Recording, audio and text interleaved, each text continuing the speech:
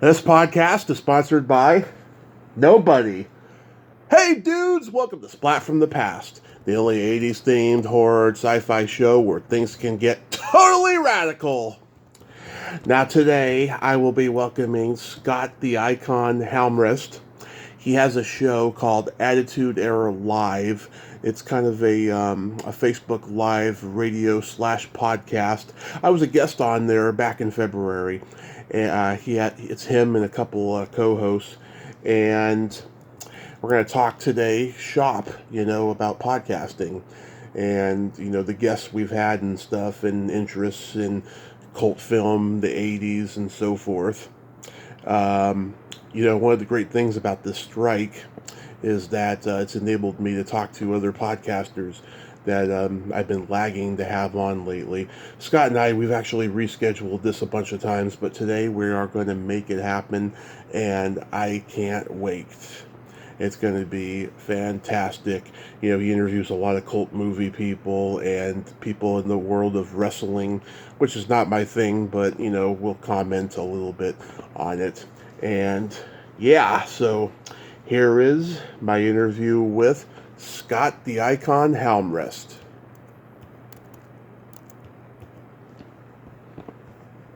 Hey Icon, welcome to the show. How are you today?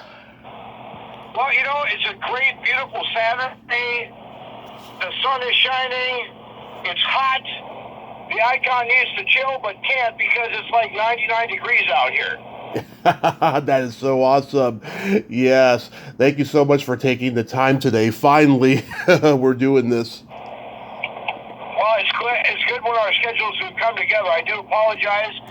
Moving into a new house, dealing with movers, and the local authorities tell me I need to mow my lawn on this day or else, stuff like that. It's just been a whirlwind, Yeah, I totally get it. I just moved into a new place back in June, so I totally get it. So, going back in time, let's get into your background a little bit. You're from South Dakota, and... North Dakota. I'm sorry? North Dakota. South Dakota's a swear word with us. Oh, okay, North Dakota. And what do you do when you're not doing Attitude Era Live? Well, I have my regular job that actually pays the bills, which is working at U.S. Bank as a fraud liaison. Mm-hmm. And I also do a lot of work with special needs adults with my job, working at what they call the VTC, Vocational Technical Communication School. Right. And forgive me, how old are you? Well, I'm 45. Mm-hmm. And I still look like I'm 21, and I act like I'm 12, so you can kind of pick an age. I just turned 40, and I'm still 13, so I totally get it. So you grew up in the era of video stores and all that stuff. Right. I'll tell you what, I don't know how you feel about it, Tommy, but I miss video stores. Every Tuesday, yeah. My father and I would always go to one of our 25 video stores in town, whether it be Premiere Video, Blockbuster, Cashwise Video, Take-Two, and we'd always get good releases because, as you know, as a video guy and a movie buff, all the new movies came out on Tuesday. So our local video store, Cashwise Video, would always have one copy for us to rent so we wouldn't have to worry about missing it. Yeah, I love video stores. I miss them. I still collect VHS tapes off of eBay and all that stuff. I just adore VHS tapes, and they're just such a monumental part of my time growing up in the 80s and 90s. So I guess still loving VHS and collecting VHS. I bet you go to a lot of thrift stores. Yeah, you go to Goodwill and all that stuff, the thrift stores that have VHSs, yes. And I'll tell you, though, it's so crazy. Like, the inflation has gone up so much that on eBay, tapes that I would normally buy $20 like 6 years ago can now be up to $1,000. It is insane. Yeah, well, I'll tell you what, I was going to ask you, I don't know, does it matter what VHS subject that you get as long as it's VHS?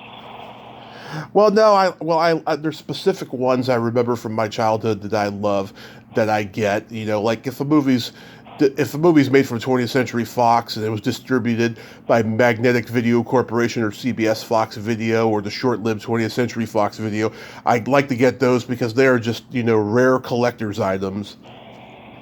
Right. The reason why I ask is we have a thrift store here in town. Mm-hmm. On Fridays, they have what they call Media Day. You can get 3 VHS for 99 cents. Right. But on Fridays, you can get them you can get them 6 for 99 cents.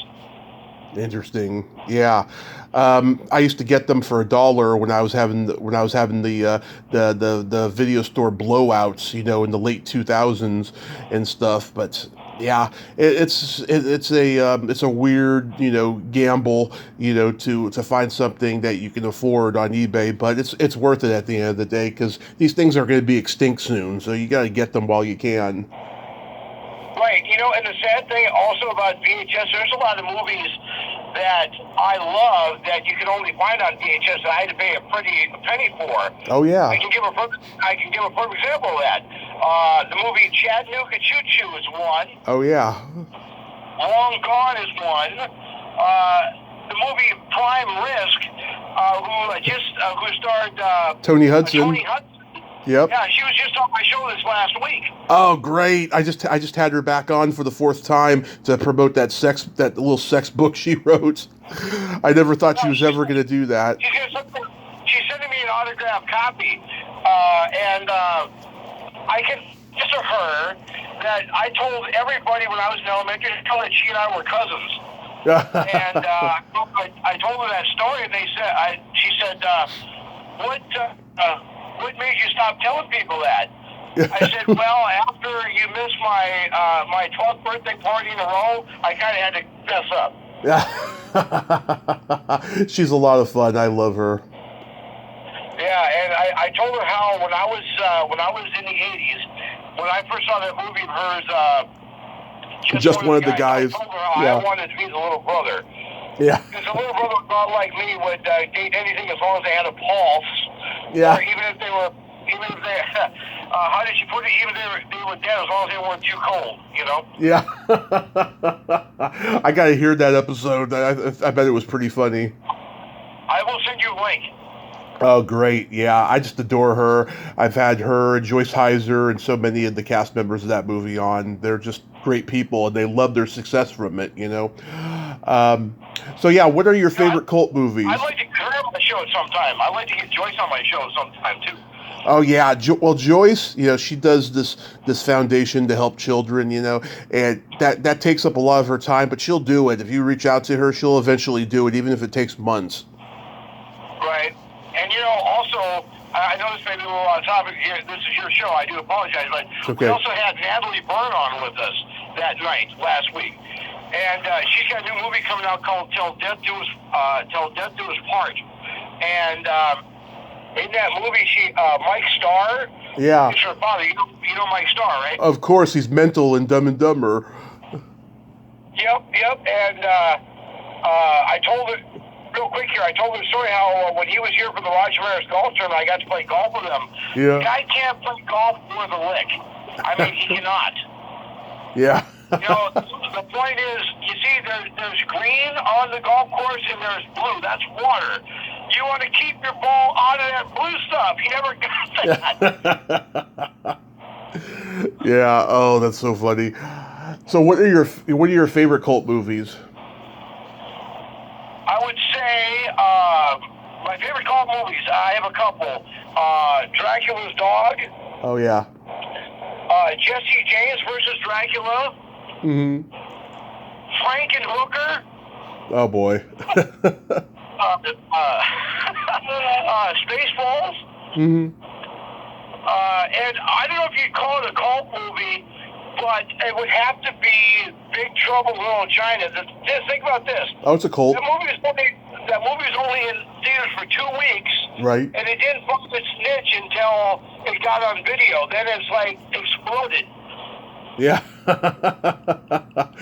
Oh man. Yeah, I would qualify Big Trouble in Little China as a cult movie. Speaking of Frankenhooker, Patty Mullen is the only guest who ever hung up on me in 6 years. Really? Did you Yeah. say, "Hey, baby, want a date"?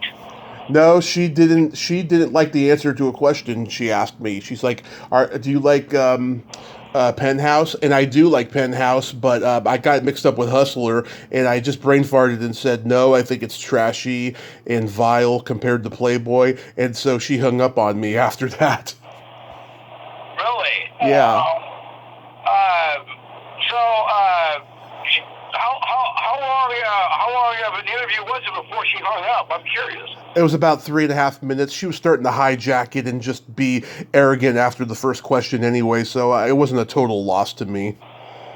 Right? Did you own that movie on VHS? I used to. I need to get another copy. I did get James Lorenz on about a month or two later, though. I have been one of the special editions that came out. Uh-huh. Where actually, in the box, I never opened it. You press a button that says, "Hey, baby, want a date?" No. You know, the special edition packaging. That's cool. I like that. That's awesome. Are you heavy into horror or just a casual horror fan? Well, a lot of people love horror films. Like my wife loves horror films, but the thing about me, I like those campy horror films. You know, those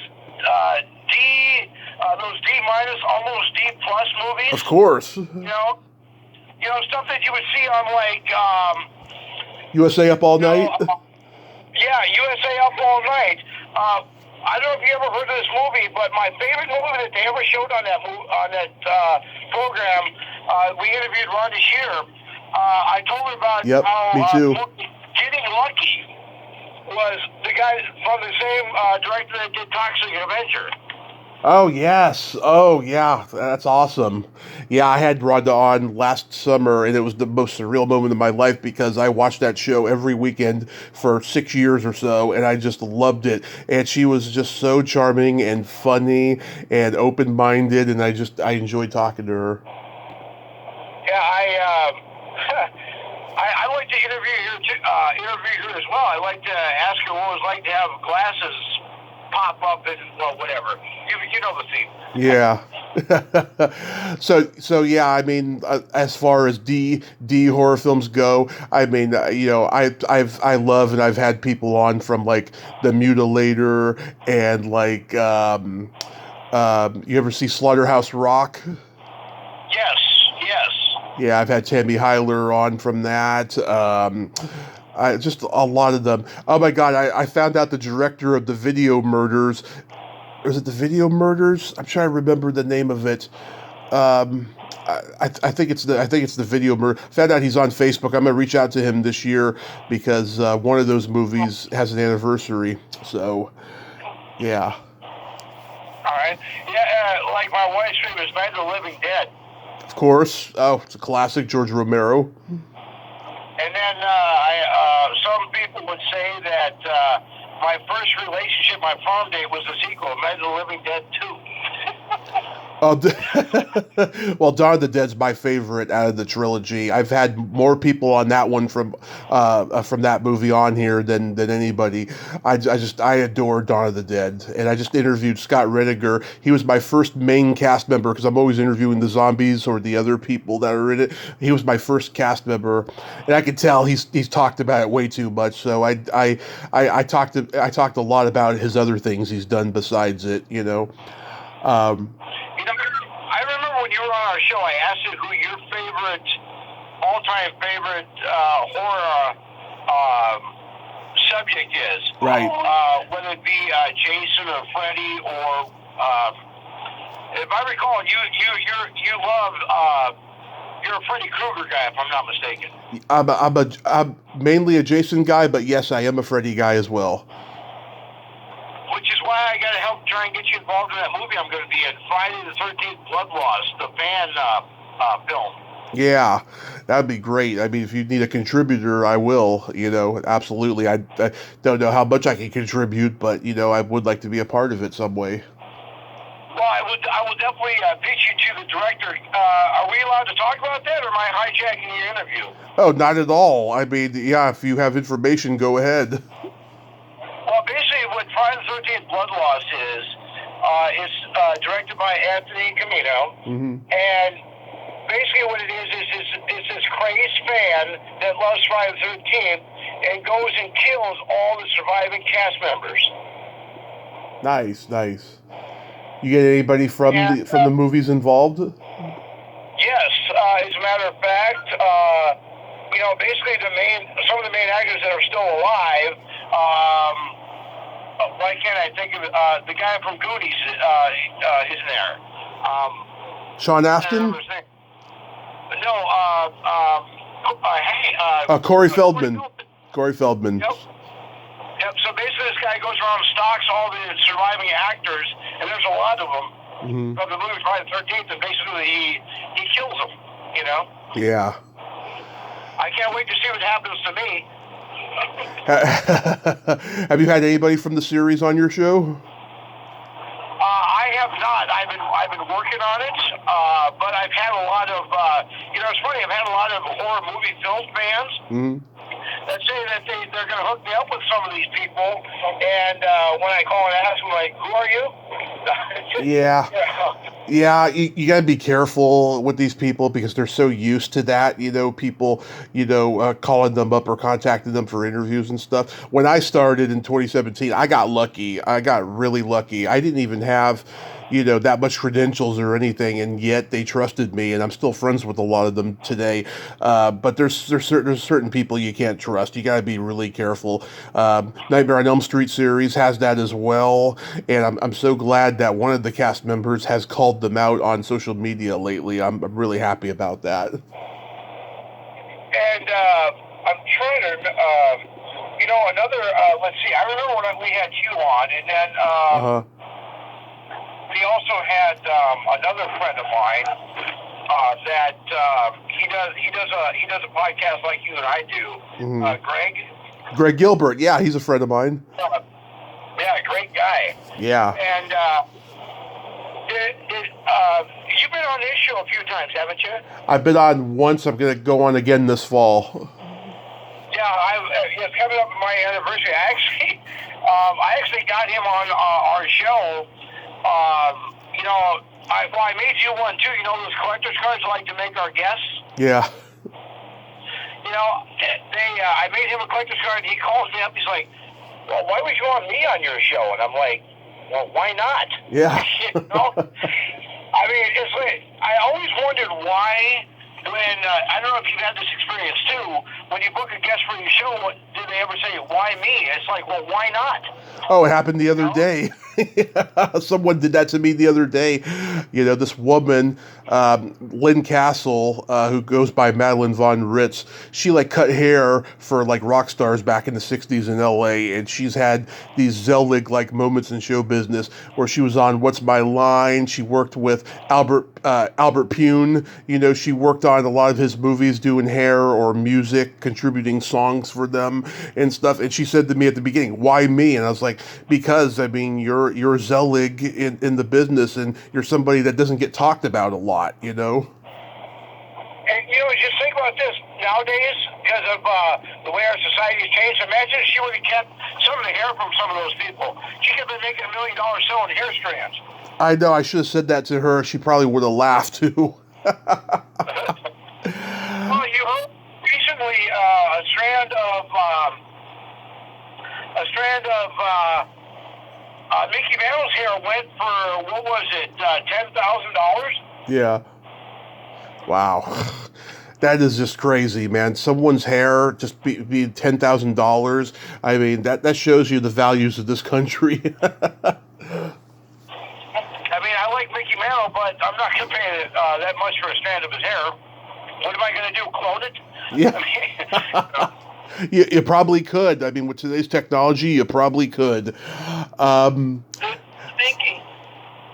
So how did Attitude Era come to be? Well, I'll tell you these. Well, I'll try not to get too long-winded. You know me. If you ask me what time it is, I'm going to tell you how to make a watch. But basically, the show started out. It's called Off the Ropes.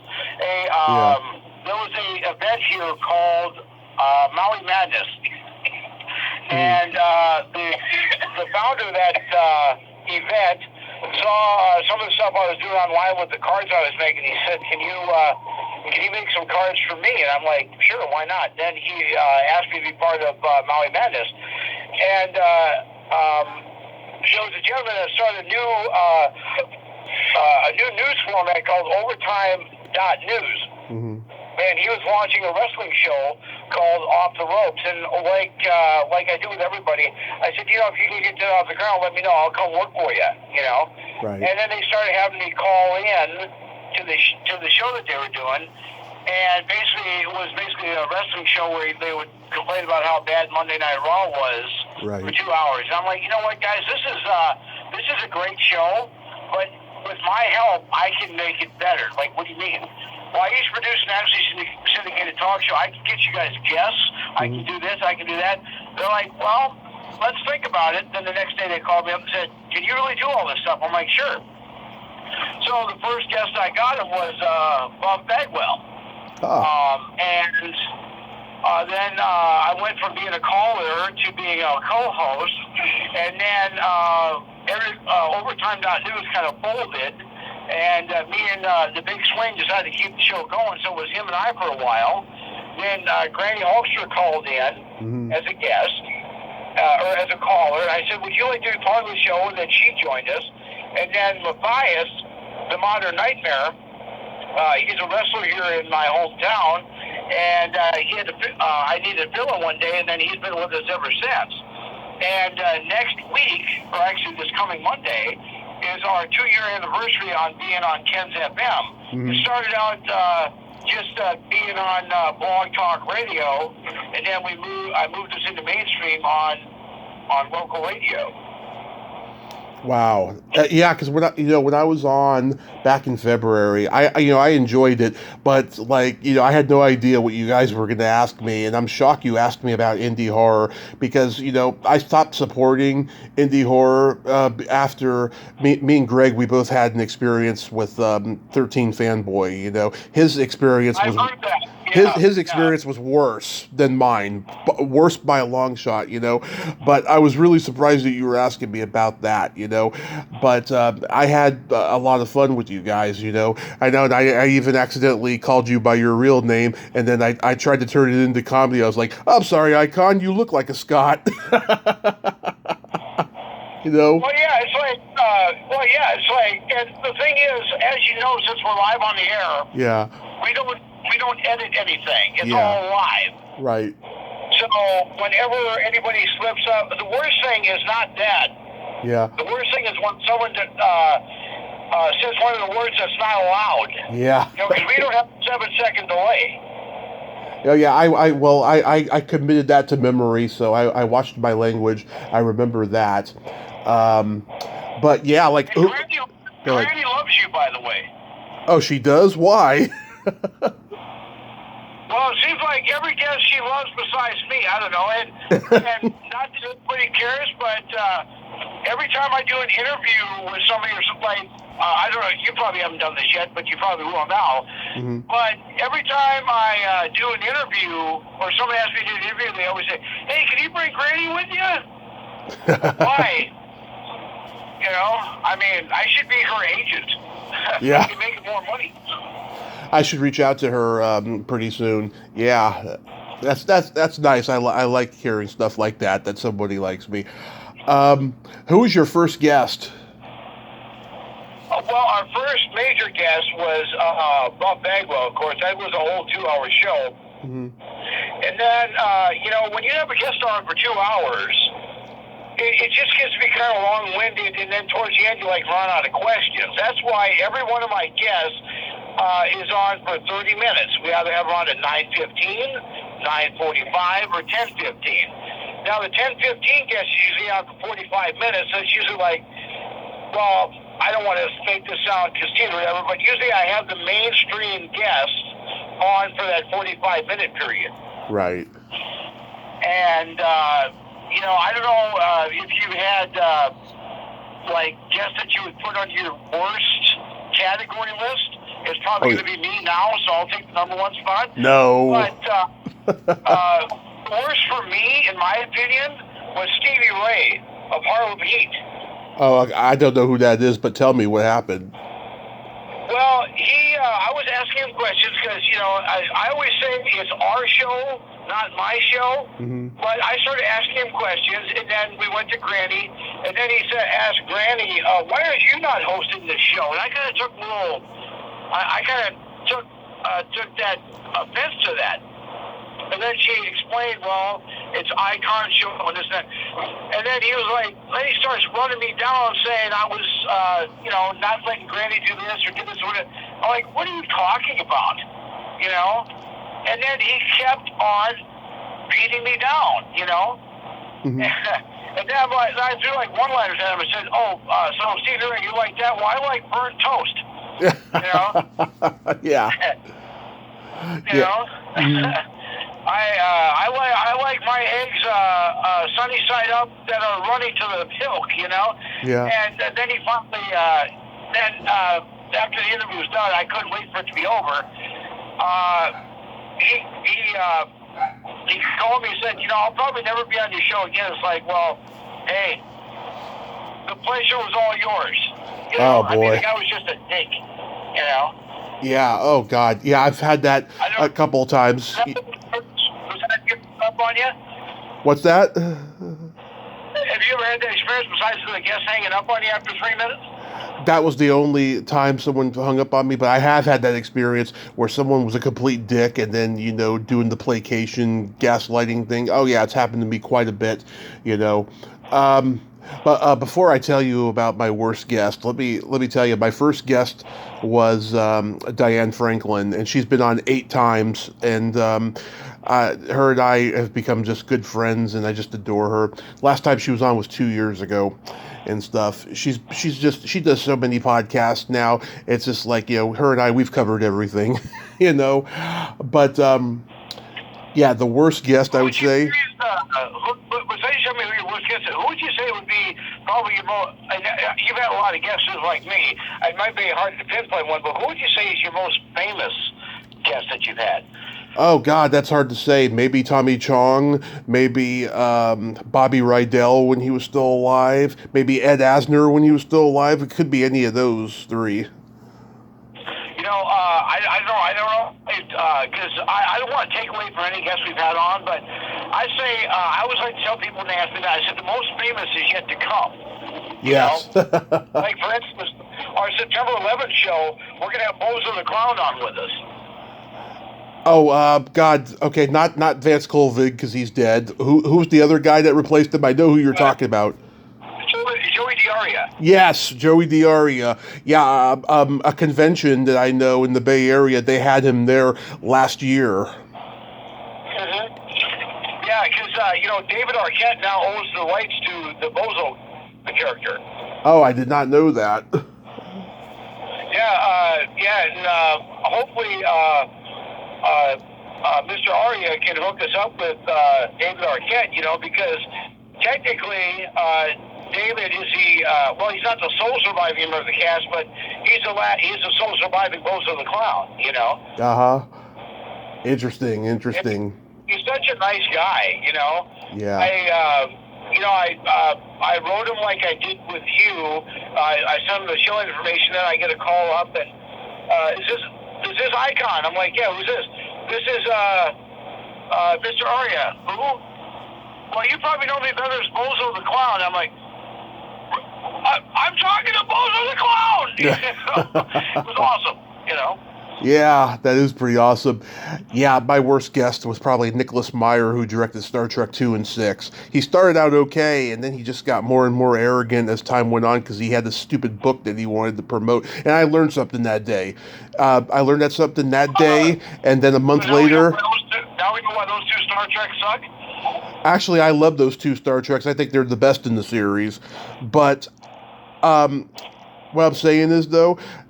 him and Bill Boggs, I learned from both those guys a month apart from each other. Talk about the fucking new book first and then go to the old stuff.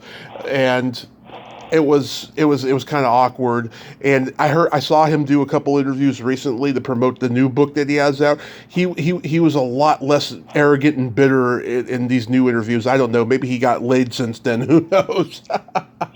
Right.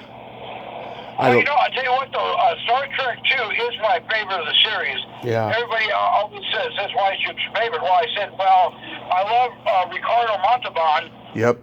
Especially when you put those critters in those guys' ears, you know. Oh yeah, that gave me the willies when I was a kid. It still does whenever I see it. Yeah, and I'll tell you what, they said, well, he put them in his helmet because they were eating their brain. It's like, I don't care. I saw this when I was like 5. I didn't know what it was doing. I just thought it was cool, you know. Absolutely. Yeah. Who's been?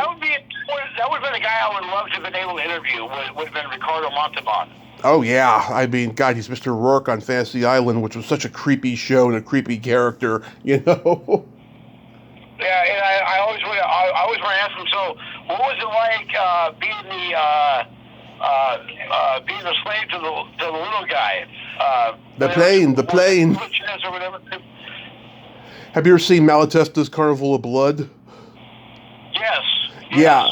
There's one guy that's still alive and still visible out there in the world that was in it named Tom Marcus. I've been trying to get him on here for a while now. Hopefully this year I will for the 50th anniversary. If he's still cognizant to do it, who knows? There's one guy that I should throw to you that you would enjoy interviewing as well. His name is Randall Black, Mm-hmm. and every October at our local theater here, he hosts what they call Fargo Grind Flicks. Mm-hmm. Basically, what he does is for 2.5 hours, 3 hours, we sit in the theater and watch all these movie trailers from the worst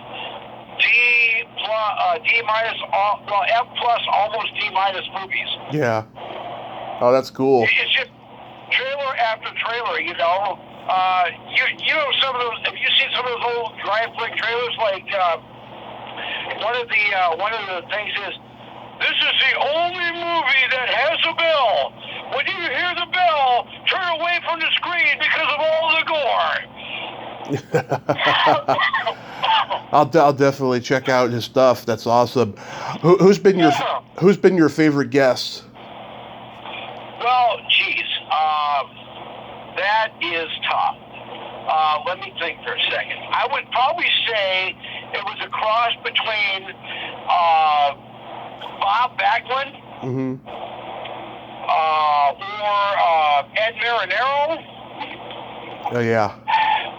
Or God, I'm trying to. She'll kill me because I can't remember who it is. But I had the gal from I don't know if you ever saw the movie Autofocus. Oh yeah. She played Mistress Victoria in the movie. Probably that actress, or the gal we had on. She was in Liar Liar. She was in the elevator with Jim Carrey. Who did she play in it? She was the elevator gal. Oh yes, yes. Boxer, I also things like Sugar Ray Leonard. Yeah. Yes, I know who you're talking about. And also, probably my all-time favorite. She's been on a couple times. She even still takes my phone calls. She was in the movie Roadhouse. She was the gal who did the striptease for Patrick Swayze. Julie Michaels. Yeah, and I asked her. I said, "So how many takes did that take?" And I think she said like 25, because as soon as I do all my things, someone like bump a chair or cough or something, so I have to get dressed and do it all again. I'm like, well, you think maybe that was, you don't think that was a coincidence, do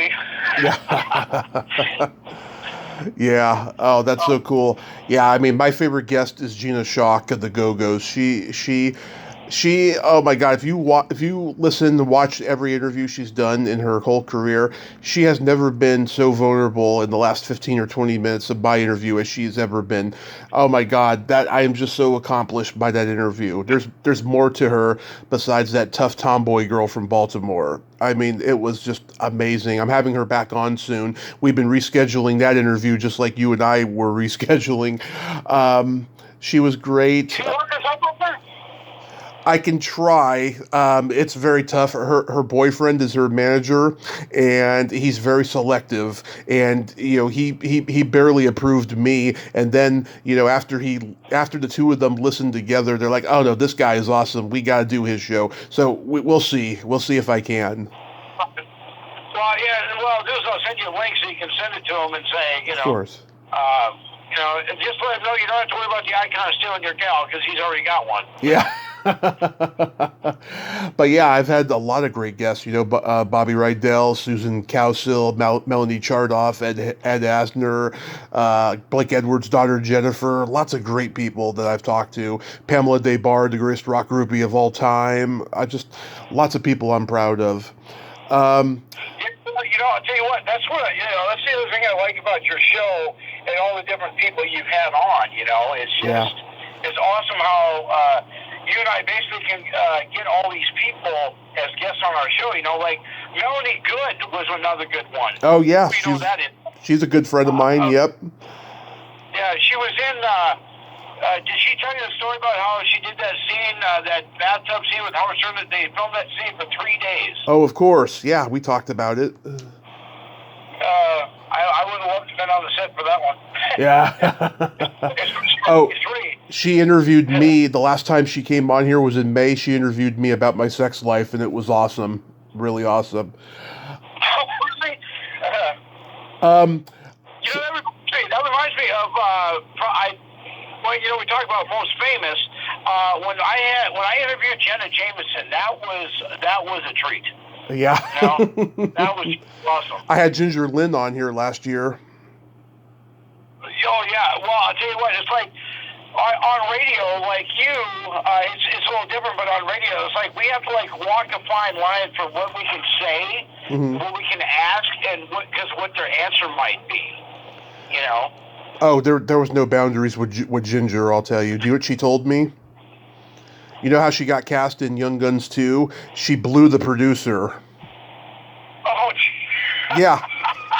I was shocked. I was guessing it was because she dated Charlie Sheen, because, he was in the original and her brothers and his brothers in both. I thought maybe that was how. She's like, no, she blew the producer and she regretted it. That's awesome. Wow. Yeah. Well, so I guess your favorite song is Short Skirt and Long Jacket? Yeah. How the hell did you get Ben Johnson, who played Cooter on the Dukes of Hazzard? Ben Jones? Yeah.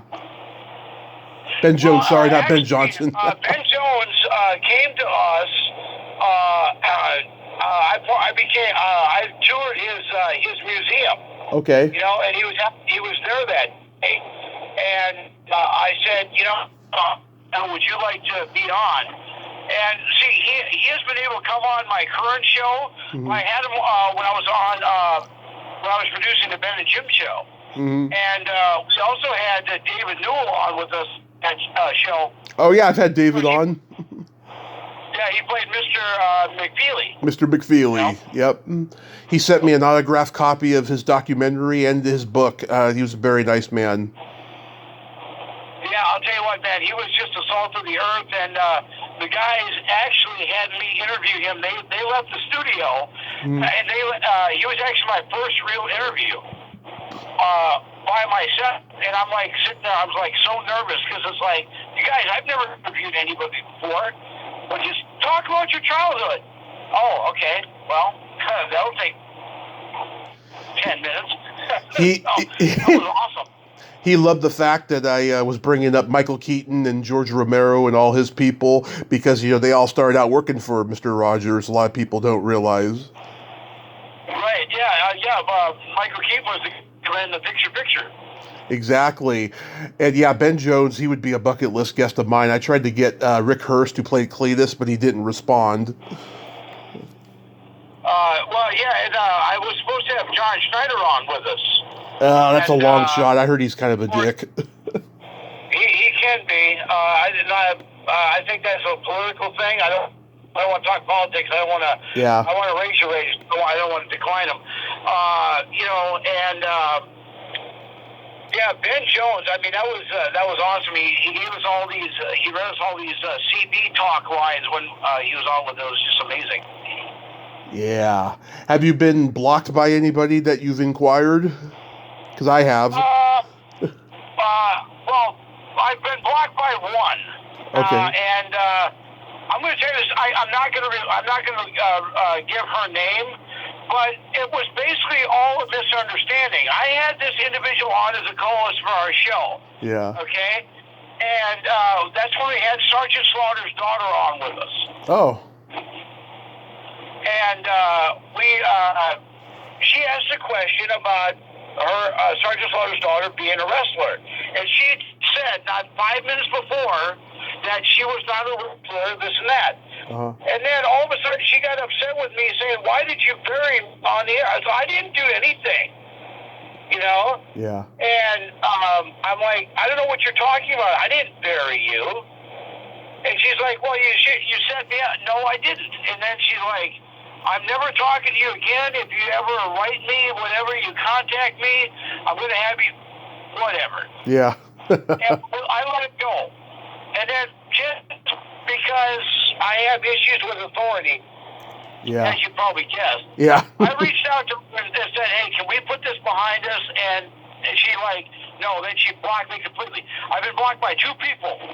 I've been blocked by her and Vince Russo. Oh, wow. Can you guess who I've been blocked by? She's an Academy Award winner. Let's see. From way back when. Academy Award winner, Meryl Streep? No. Oh, hell no. I'd never reach out to her. No. I'm not a Meryl Streep fan, and that's very controversial when I say that. I just think she's overrated, in my opinion. She is. It's Brenda Vaccaro. Really? Yeah. I was very nice. I was very persistent. You know, she did Gilbert Gottfried's podcast for 2 hours, and then he died later that day. I just, wanted to talk to her about her career and bring up stuff, that they didn't talk about, and she just blocked me after a couple of weeks. It was weird. Have you had a guest that you were supposed to have on that passed before they could be on your show? Oh, many. The three that really get me are this. Joel Reed, who made Bloodsucking Freaks. Mark Blum, who played Rosanna Arquette's husband in Desperately Seeking Susan. And 3, the most recent, Cindy Williams. Oh, yeah. Laverne and Shirley. Mine was Pee-wee. Really? I gotta tell you, he did like 3 podcasts, and they were all friends of his. I doubt he could have done anybody else's. Not to take anything away from you, Scott. Well, I'll tell you what. I had reached out to him, and I reached out to. He said, "Well, you got to call this person." I talked to him, and it was going to be a go, and now it's not going to be a go. My friend Pleasant Gaiman, who is a hilarious force of nature. She's been a belly dancer, a punk musician, rock journalist, everything. She was lucky to have him on her podcast because she's known him since the late 70s, and they were really good friends. And during the pandemic, he did a Zoom show thingy with Sid Croft, and you could kind of tell that Paul Rubens was sick during that. Yeah, and I had no idea, Yeah, I didn't either. I mean, I wasn't surprised because of the way he looked in that video, but at the same time, I didn't know that he was sick. It was just sad. I've been saying rest in peace Paul Rubens all week on the podcast because he's just a big part of my life and my childhood. And I met him in 2019. I spent 2.5 hours in line, and it was worth it. Have you ever paid to have a guest on? Have I ever what? Have you ever paid to have a guest on? Never. And I was going to ask you that next because I remember I watched you on Greg's show, and you had that situation where you're about to start the interview and the person says, "Did the check clear?" or something like that. Yeah, exactly. Yeah, because he was joking around. I said, actually, I think the check's in the mail. It's being sent pen up. Oh man.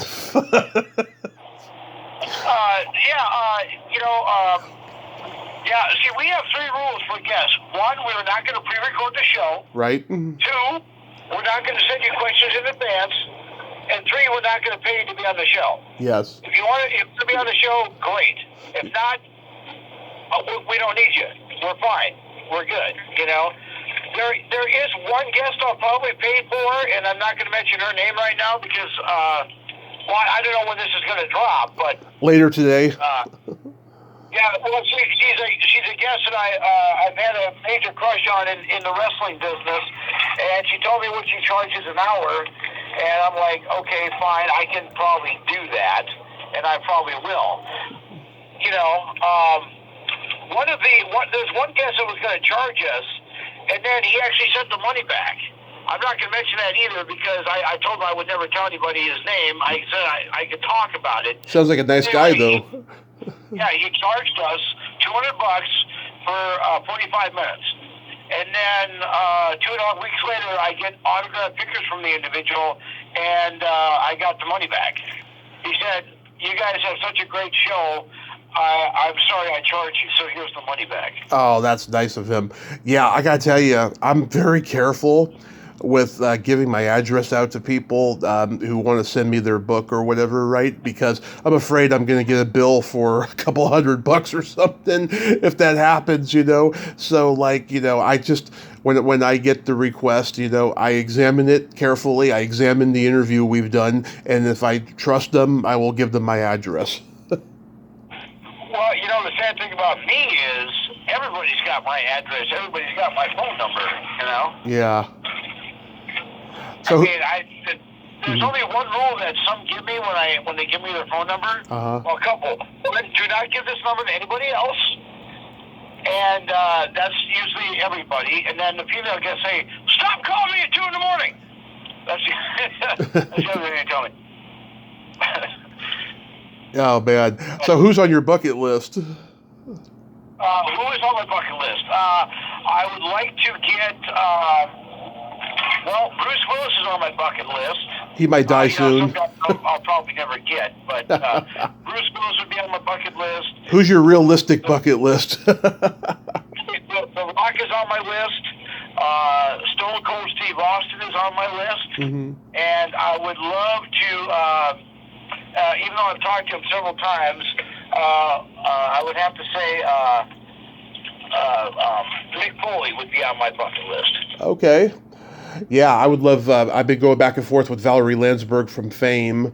I did want Lorraine Newman for a while. She's really strange, and I've had her sister on a couple of times, but she's just very indecisive and just strange. I don't know if that interview will ever happen. I want Ileana Douglas because she's an old movie buff. I'd like to talk to her about the classics and stuff. She has a book coming out again, so maybe there's a chance there. Just people like that, you know. I'd like to have Lewis Smith, the Heavenly Kid, on because I love that movie, you know. Oh, that would be awesome. That would be an awesome interview. Yeah, well, he has an acting school in L.A., and I don't know. I heard he used to be in Scientology. I don't know if he still is. You know, I think maybe that's preventing him because, you know, I have sent him messages over the years. So, you know, we shall see. I don't know. What would you say is your worst PR experience? Oh, because during my show or in my life? Well, yeah, in your show, like trying to get guests and the manager or the agent was a dick or something. Oh, okay. Well, I guess if it was my show, I would have to say that I reached out to the individual, and they said, "Well, you know, one, you should not be contacting me. You should contact my manager." I'm like, "Okay, well, give me the information."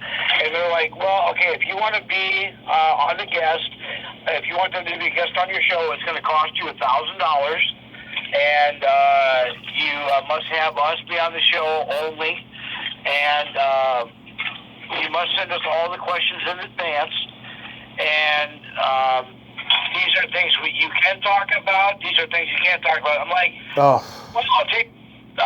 We're just going to end it there. I do not need you. Want him on my show either.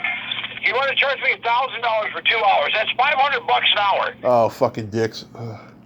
You Yeah. You get a lot of wrestler people, so like I'm not surprised. I heard that they charge a lot. Well, to be honest with you, not as many as you think. Like I know that Bob Bagwell charges now, and he kind of has to, you know. And I know that I don't know if The Rock charges, but I do believe Stone Cold charges. I'm not sure though. Huh.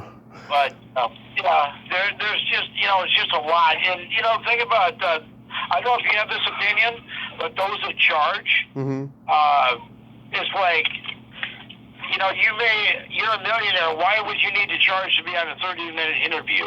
Right, and I've heard that the people who charge give the worst interviews because they know it's going to be bad, and they know it's only going to be like 15, 20 minutes to talk with the person, too. Right, and I can never understand. I can never get that, Yeah, I mean, I stopped doing the manager thing unless I really, really have to, because I've built up a reputation now where just about everybody trusts me now. But like the worst I ever had back in 2019, I wanted Linda Miller, who played the white girl in King Kong Escapes, right, the Fay Ray character, and. Yeah, so I reach out to her on her fan page, and her manager gets back to me, and he said, send me a link to your show. So I did, and then he said to me, Linda is available this day. So we do the interview. It was great. We got along. We became fast friends. And then he says to me, can I, have the link to the show? And I said, sure. And so I sent it to him. Never heard back from him. Never expected to. I assumed everything was okay. And then I see that Living Dead Weekend is coming again in Pennsylvania. And I've talked to so many people from the Romero franchise, and never did I ever have an experience like this with them, right? Every one of them said, talk to my manager.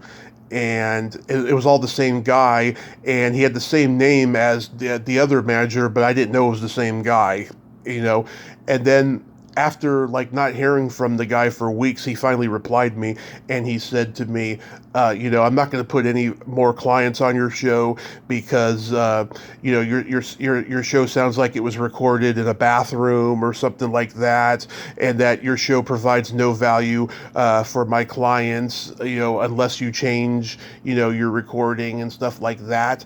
And I was like, dude, you knew exactly how it sounded when you gave me Linda, so I don't know what the fuck your problem is. You have a personal agenda, and I don't know what it is. You got a lot of problems, right?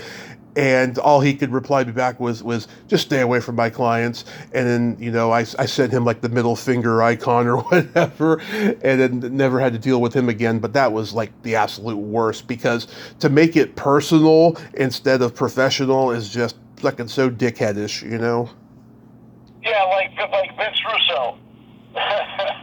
Yeah. It was just awful. Are you ever going to put episodes up on YouTube, or are they there already? Well, I'll tell you what, I need somebody that can help coordinate that for me, Yeah. Yeah, I know a couple of people have told me that. There's a guy who has a podcast on Spotify and all the different platforms. He told me he doesn't know how to do the YouTube thing, and I've told him, and I've told Greg about editing his show, because Greg doesn't know how to edit on YouTube. I was like, it's fucking easy, man, I'm curious to know, oh my God, like I've talked to Deb Gardner and I've talked to Tatiana Vitalo and stuff. How did you come to meet those two? Now is that the Facebook Deb Gardner? Deb Gardner, yes, and then Tatiana, of course, has that Taco Shit podcast. Yeah, I've known Deb Gardner for years now, and unfortunately, her husband's got dementia now. Yeah. I don't know if you knew that or not. Yeah. Oh, I've seen her post stuff. And I sent her a message because she became friends on my, and I sent her a message, and she said, I've been blocked on Facebook again. Yeah. I'm like, what do you mean again?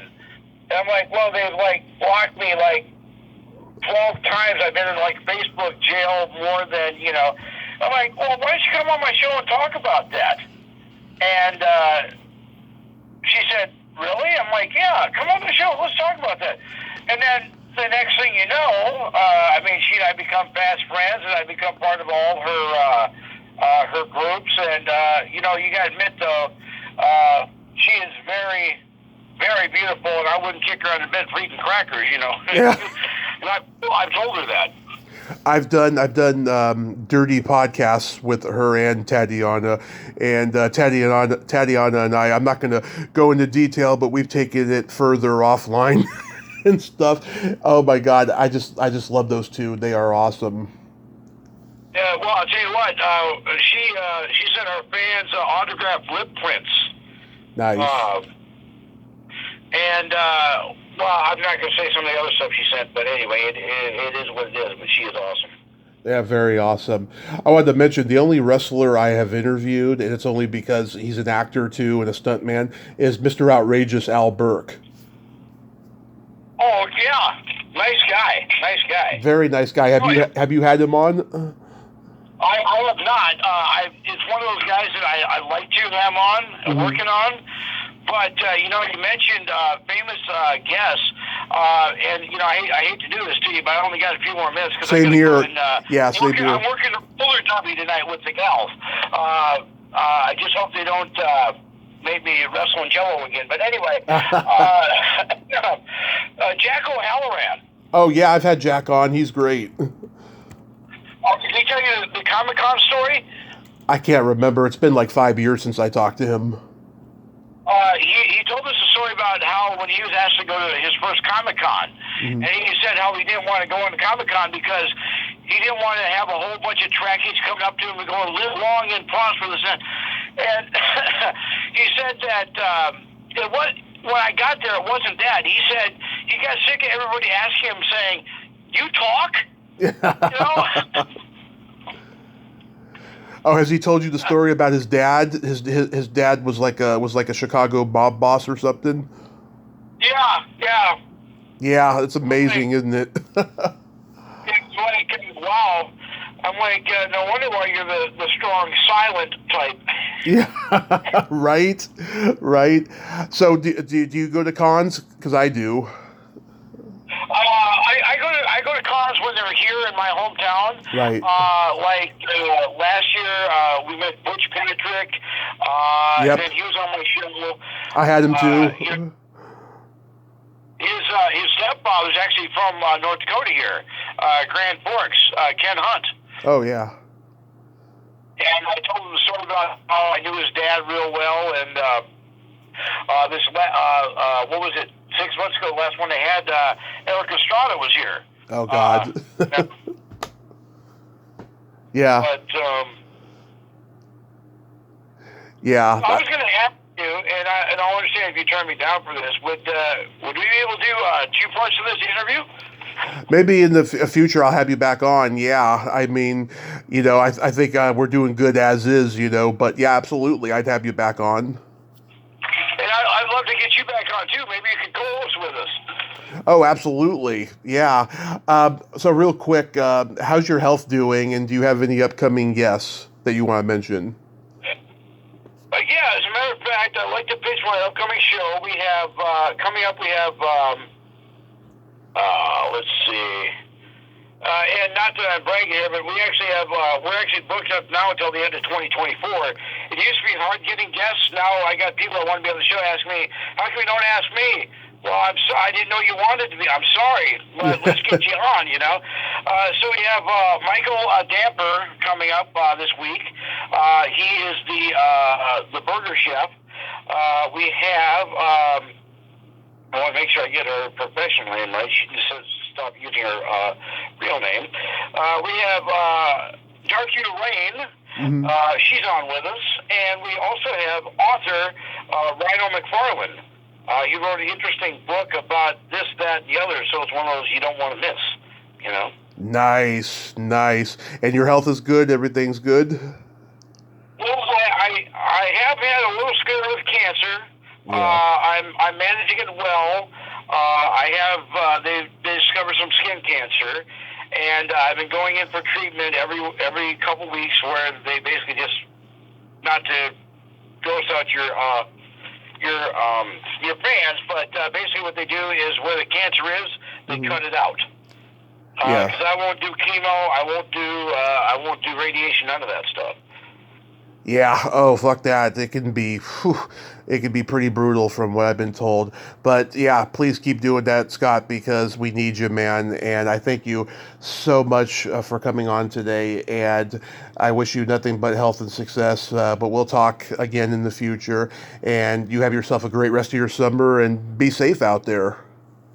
And before I go, I do want to wish you an apology. I just realized I never did send you the link to our show that you were on. Oh yeah, I found it and I listened to it and I liked it. So I appreciate it, man. And if either fans want autographs, I don't charge. Anybody wants to interview me, which I understand if you don't. But if anybody hears this show and wants to get me on their show or be part of it, help me and guest, pass my number. I don't have an issue with that. Absolutely. Because, go ahead. And I'll leave everybody with this. You're talking to a guy that tried to get a date from prom, right? Yeah. I asked 12 girls, 13 turned me down. And this is all true. The one girl came up and said, don't even think about asking me. I'm like, okay, no problem. Scott, have yourself a great day and be safe out there, man. I love you, man. Take care. Thank you. Bye-bye. Bye. Well, there you have it. Scott Halmrast, the icon. Ain't he a cool dude? Oh, man, cancer is tough, but he's doing his show. He's living his best life. He's rocking it. Go check out Attitude Era Live. He does it every Monday night, and it's a lot of fun. I got to get Granny Huckster on because she's a character. She's a force of nature. I've seen her on Greg Gilbert's show. Well, until next time, this is Tommy Throwback Kovac saying, there's no shame in living in the past because the present sucks. Later, dudes.